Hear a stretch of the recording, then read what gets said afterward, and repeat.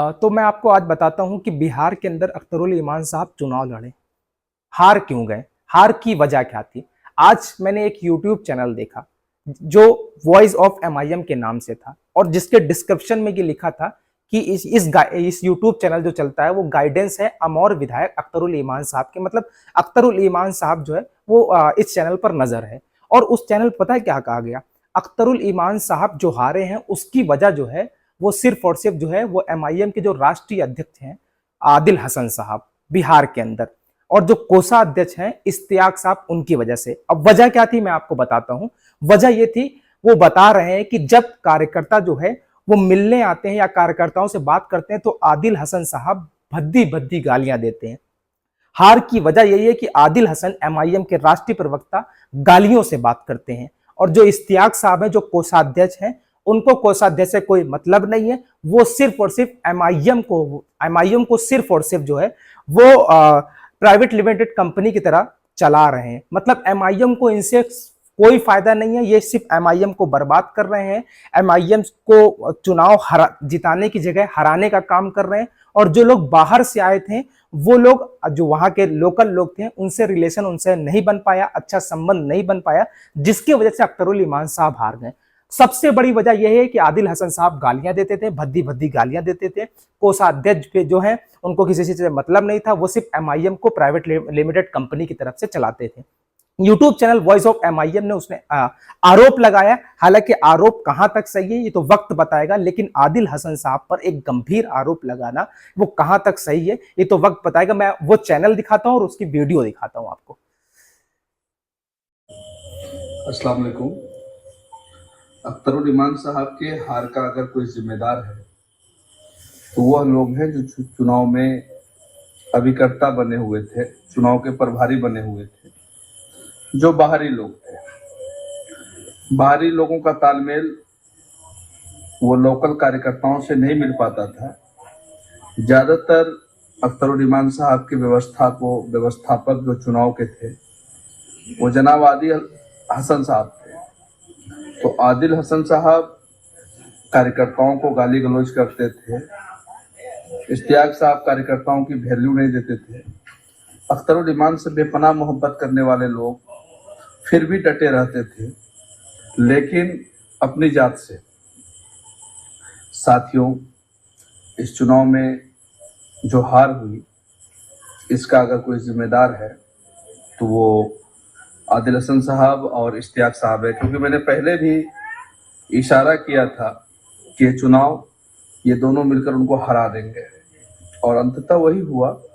इन दोनों ने अख्तरुल ईमान साहब को किशनगंज का रन हरा दिया। ये हार अख्तरुल ईमान साहब की नहीं बल्कि किशनगंज के लोगों की थी।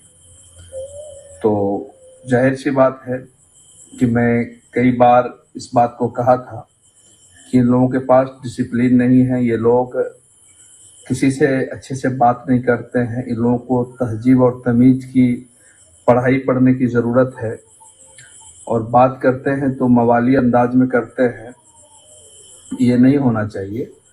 संगठन की जिम्मेदारी अख्तरुल ईमान साहब को एक सूझबूझ वाले लोगों को देना चाहिए। उनकी ही टीम में बहुत सारे लोग ऐसे हैं, इश्तियाक साहब हैं, जो आदिल हसन साहब हैं, उनके साथ उनसे सीनियर बहुत सारे नेता किशनगंज में मौजूद हैं। आपको बता दूं कि इसाक साहब भी कोषाध्यक्ष हैं, वहाँ बिहार प्रदेश के हैं, लेकिन बिहार प्रदेश के कोषाध्यक्ष होने के बावजूद उनका कोष से तो कोई लेना देना रहता नहीं है। ये टोटल एमआईएम को प्राइवेट लिमिटेड कंपनी की तरह आदिल हसन और इश्तियाक साहब चलाते हैं, और अख्तरुल ईमान साहब को इतना बड़ा नुकसान करा गए, सीमांचल के लोगों को इतना बड़ा नुकसान करा गए। तो मैं इस वीडियो के माध्यम से सीमांचल के तमाम अख्तरुल ईमान साहब को चाहने वाले लोगों को ये बताना चाहता हूँ कि आप भी इस बात को समझने का प्रयास करें। और आप लोग पूछ रहे थे हार का कारण, तो हार का कारण मेरी नज़रों में, मेरे लोगों के नज़रों में, कार्यकर्ताओं के नज़रों में वो एक नंबर आदिल हसन साहब जो बाहरी है, वो आकर यहाँ पर कहते हैं ना कि बाराती बाहर के हो सकते हैं, गिधारिन नहीं, ये गिधारिन बाहर के थे। ये मैनेजमेंट करने वाले लोग बाहर के थे और कई लोगों को गाली गलौज करते थे।